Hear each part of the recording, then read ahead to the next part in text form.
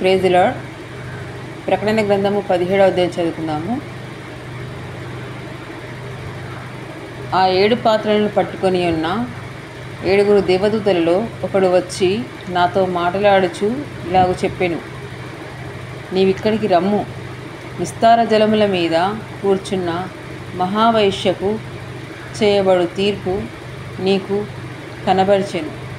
భూరాజులు ఆమెతో వ్యభిచరించి భూనివాసులు ఆమె వ్యభిచార మద్యములో మత్తులైరి.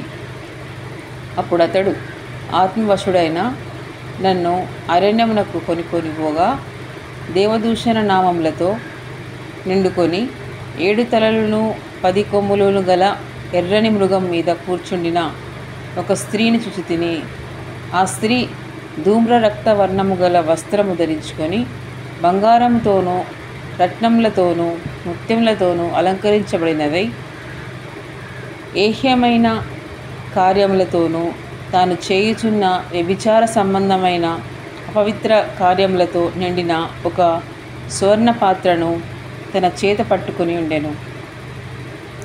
దాని నొసట దాని పేరు ఈలాగ వ్రాయబడి ఉండెను, మర్మము, వైశ్యులకును భూమిలోని ఏహ్యమైన వాటికిని తల్లి అయిన మహాబబులోను. మరియు ఆ స్త్రీ పరిశుద్ధుల రక్తము చేత యేసు యొక్క హతసాక్షుల రక్తము చేతనైనా మత్తిల్లి ఎండుట చూచితిని. నేను దాన్ని చూచి బహుగా ఆశ్చర్యపడగా ఆ దూత నాతో ఇట్లనెను, నీవేలా ఆశ్చర్యపడితివి? ఈ స్త్రీని గూర్చిన మర్మమును 7 తలలను 10 కొమ్ములను కలిగి దాని మోయిచున్న క్రూర మృగమును గూర్చిన మర్మమును నేను నీకు తెలిపెదను. నీవు చూచిన ఆ మృగము ఉండెను గాని ఇప్పుడు లేదు. అయితే అది అగాధ జలములలో నుండి పైకి వచ్చుటకును నాశనమునకును పోవుటకు సిద్ధముగా ఉన్నది. భూనివాసులలో జగదుత్పత్తి మొదలుకొని జీవగ్రంథమందు ఎవరి పేరు వ్రాయబడలేదో వారు ఆ మృగముండెను కానీ ఇప్పుడు లేదు. అయితే ముందుకు వచ్చుచున్న సంగతి తెలుసుకొని ఆశ్చర్యపడుదురు. ఇందులో జ్ఞానము గల మనస్సు కనబడును. ఆ 7 తలలను ఆ స్త్రీ కూర్చున్న 7 కొండలు మరియు 7 రాజులు కలరు. 5 కూలిపోయిరి, ఒకడున్నాడు, కడమటవాడు ఇంకను రాలేదు. వచ్చినప్పుడు అతడు కొంచెము కాలముండవలెను.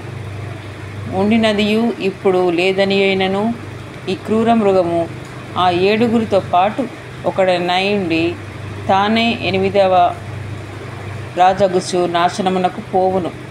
నీవు చూసిన ఆ 10 కొమ్ములు 10 మంది రాజులు.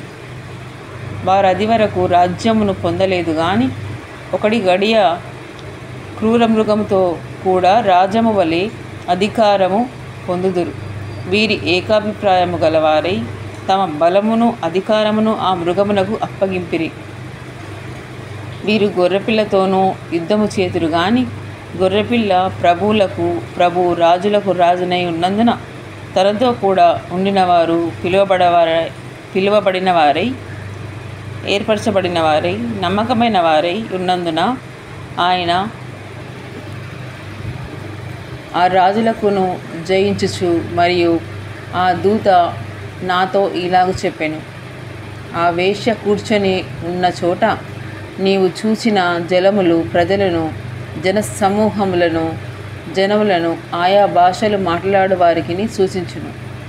నీవు ఆ 10 కొమ్ములు గల ఆ మృగమును చూచితివే. వారు ఆ వేశ్యము ఉద్దేశించి దానిని దిక్కులేని దానిగాను దిగంబరిగాను చేసి దాని మాంసము భక్షించి అగ్నిచేత దాన్ని బొత్తిగా కాల్చివేతురు. దేవుని మాలను నెరవేరు వరకు వారు ఏకాభిప్రాయము గల వారై దేవుని మాటను నెరవేర్చు వరకు వారు ఆ ఏకాభిప్రాయము గల వారై తమ రాజ్యమును ఆ మృగమునకు అప్పగించుటకును తన సంకల్పము కొనసాగించుటకును దేవుడు వారికి బుద్ధి పుట్టించెను. మరియు నీవు చూసిన ఆ స్త్రీ భూరాజుల నేలు మహాపట్టణమే.